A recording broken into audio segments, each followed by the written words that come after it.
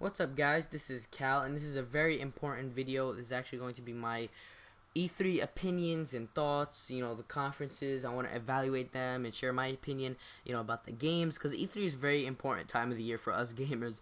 It reveals some games that we haven't seen before, and it gives us information on games that were revealed, but we don't have enough information, and we're craving for that information. We want to know more about it to see if we should buy it or not.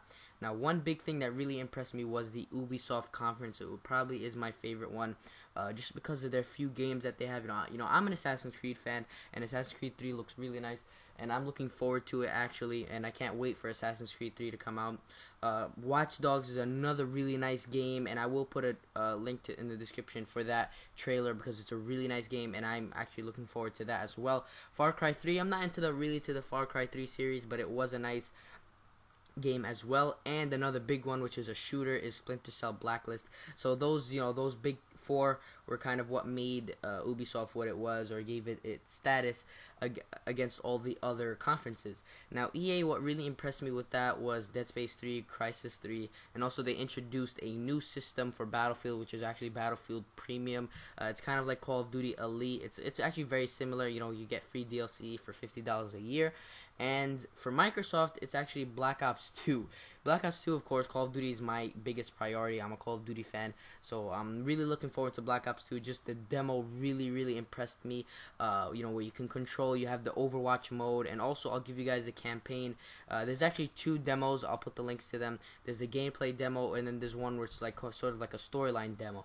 Now, the gameplay demo, however, wasn't in the conference. It was actually a Machinima exclusive, or where Mark Lamia actually showed it on the side and we're in the booths. And now this one that I'm going to put a link to is actually the gameplay demo that they showed in the conference, which revealed all the characters. So yeah, I'm looking forward to Black Ops 2. Now, Halo 4 was also another thing that impressed me. Looks really good. And what made Microsoft, exclusive, or what made it different from the other conferences, was the smart glass technology that they introduced. And that's where you can control your Xbox from different mobile devices, such as your iPad or any tablet. And as you guys may know, or who doesn't know, Microsoft is actually introducing a new tablet called the Surface, and it will have Windows 8 integration, as well as this new smart glass technology. Now, one thing that kind of ties EA and Microsoft together, which was the Kinect integration with the new Madden and FIFA games, which is Madden 13 and FIFA 13. Those are really two awesome games, and the Kinect integration makes it even better because you're able to change the play around, with voice commands using the voice features or the microphone feature in Kinect.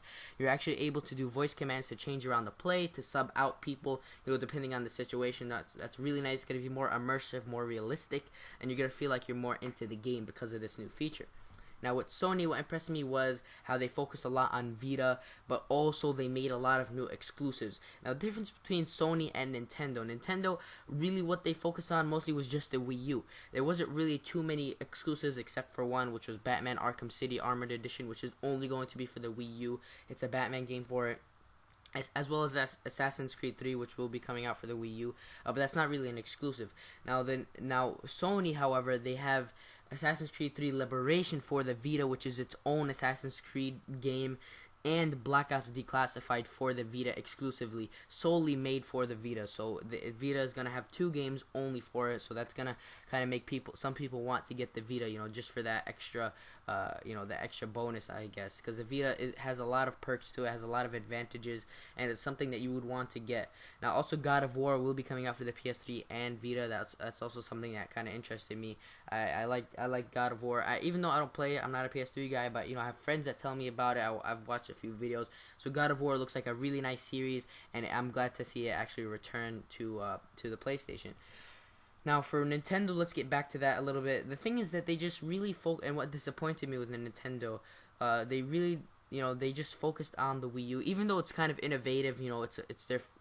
It's a portable device, and even though they've done portable before, of course, they're one of the first that have done portable devices, but the Wii U is just, it's not it's not that special because you have the PS Vita. What's the difference between the PS Vita and the Wii U? Is just that the Wii U, you can control the game already with it. PS Vita is its own thing, it has its own games and its own features. So I mean, the Wii U is nice, don't get me wrong, but it's not something that I would get. It's not something that I'm interested in.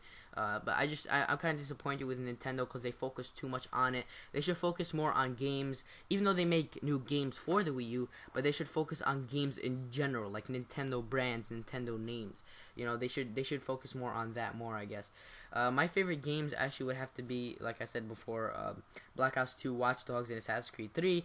But there was one which I'm not sure which conference it was a part of. That's why I didn't mention it before, which is Dishonored. Now, it's a game by Bethesda Studio. They actually made Skyrim, Elder Scrolls 5, I believe.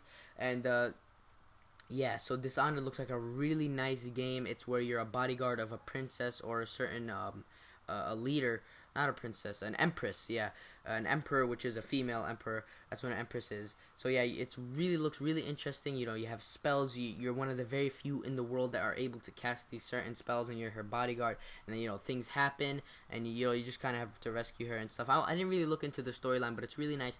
I'll put the link to it in the description. And the whole world's kind of like falling apart. There's these attacks and things like that. So it's really nice, and you have to save it and everything.